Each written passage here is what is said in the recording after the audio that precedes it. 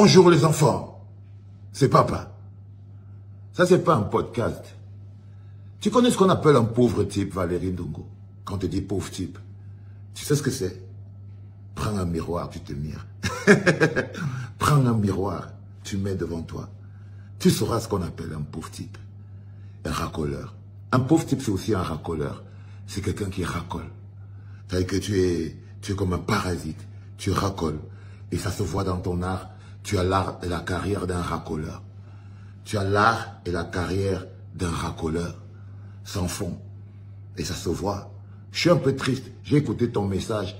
Et je me suis dit, bientôt tu vas nous dire que si le bébé Matisse n'avait pas fait beaucoup d'erreurs, s'il n'avait pas trop bougé, il aurait survécu au coup de couteau du père de l'idole. Oui. À cette allure-là, c'est ce que tu vas dire. Parce que dans votre tête et dans les allures de pauvre type, c'est toujours le plus faible qui a tort. Il a tort d'être oppressé.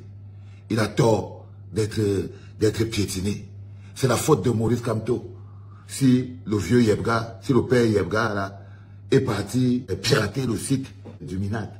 C'est la faute de Maurice Kamto. Si Moulinex lui-même, pour la Tanganji, est parti pirater le site du Minat. C'est de sa faute.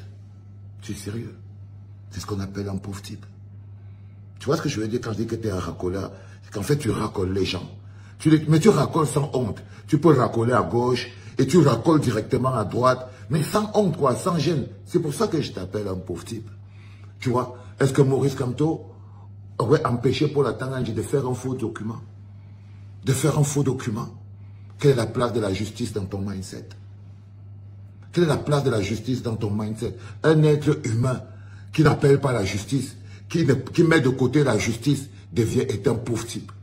Un être humain en qui la justice ne veut rien dire. La justice ne veut rien dire. Tu es un pauvre type, frérot. À la limite, tu n'es pas seulement un pauvre type. Je pourrais ajouter que tu es aussi un bon petit minable parce que tu n'as même pas honte. J'ai vu ton cousin venir t'écrire que, oh cousin, maintenant, toi qui étais encensé hier, aujourd'hui maintenant, ils vont te castagner. Tu sais pourquoi il t'a dit ça? C'est quoi pour qui t'a écrit ça? Que maintenant là, tu vas voir maintenant comment comment on nous appelle les talibans, on va te tomber dessus et tout et tout. Tu sais pourquoi il te dit ça? Il te dit ça parce qu'il sait que tu as fait le pauvre type. C'est tout. Parce que lui-même, quand il a écouté ta vidéo et tout, il sait, il n'a pas eu besoin que les autres disent. Il t'a exprimé ce qu'il aurait ressenti, lui, s'il avait été à la place des autres. Il t'a dit ça comme ça, là, mais c'est pas un mensonge. C'est pour ça qu'il est venu t'écrire que tu vas voir maintenant que les gars qui t'ont censé hier vont te défoncer la tête aujourd'hui, patati patata. Eh oui, il te le dit parce que de manière fondamentale, c'est ce que lui-même, il aurait ressenti s'il aurait été à la place des autres. Il t'aurait vu comme un minable, il t'aurait vu comme un racoleur.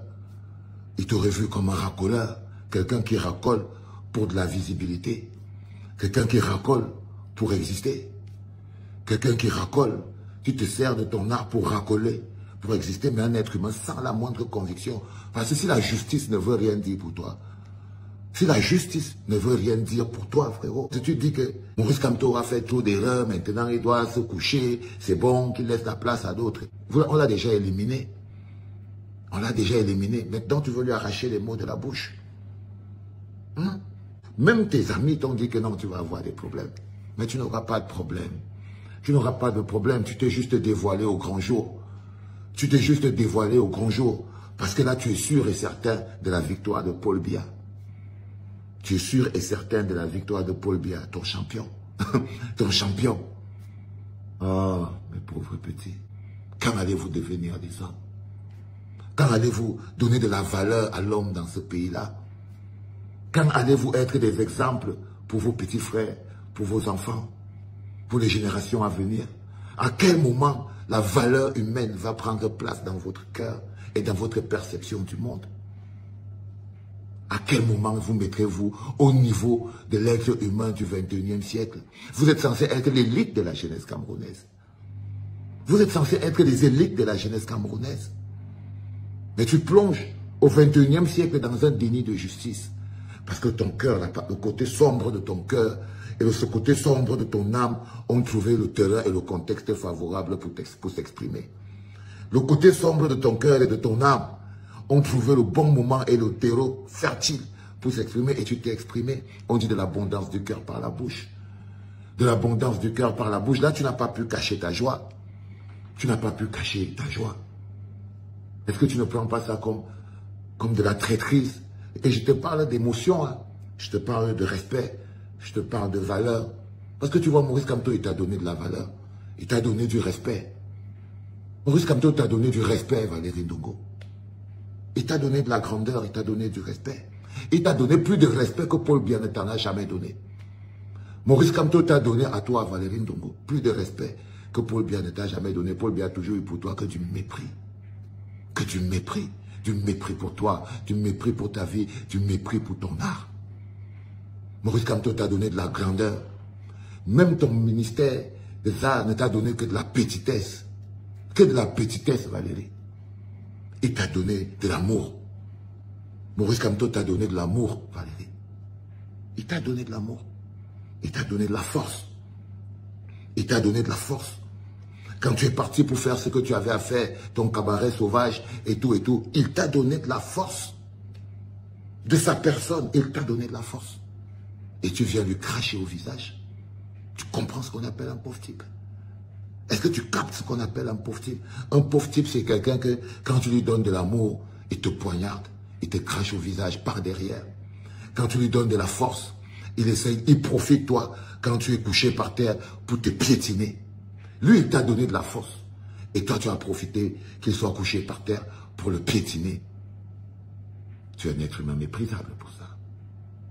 Pour ça aussi, tu es un être humain méprisable, Valérie Ndongo. Et tu vois, c'est des trucs karmiques que tu peux ressentir dans ta vie, que tu peux ressentir dans la pratique de ton art, que tu peux ressentir dans ton rapport avec les gens. Là, par exemple, tu es vraiment un être vil et méprisable. Même ton ministre de la Culture ne t'a pas donné plus de valeur à ta vie que Maurice Kamto. À ta vie, même à ta profession.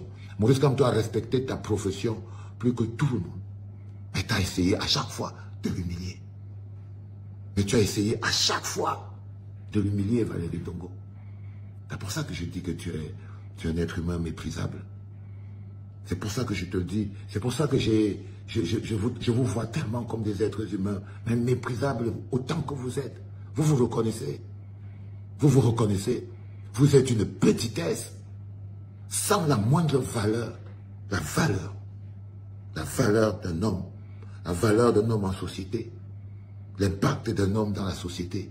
Vous n'êtes que des vulgaires jouisseurs.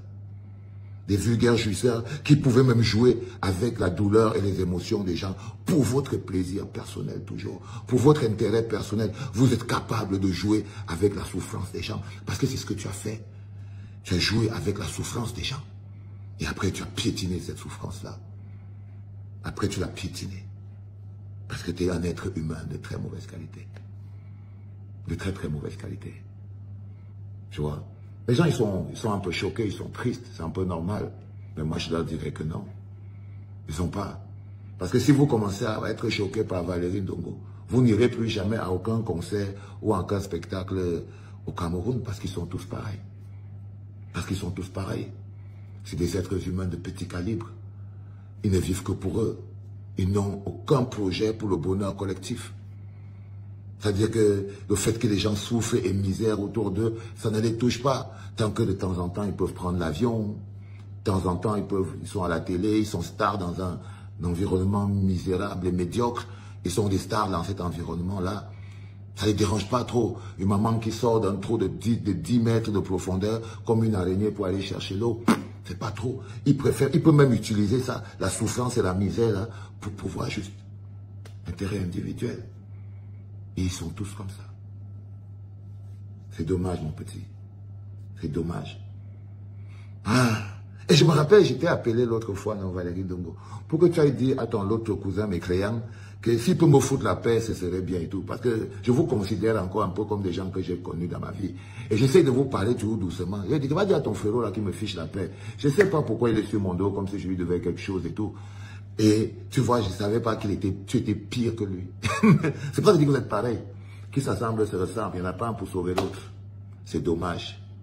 Mais je peux vous dire, si vous regardez au fond de vos vies, elles sont tristes. Elles sont tristes, elles sont ternes. C'est dommage. Allez, ça c'est pour toi. C'était papa.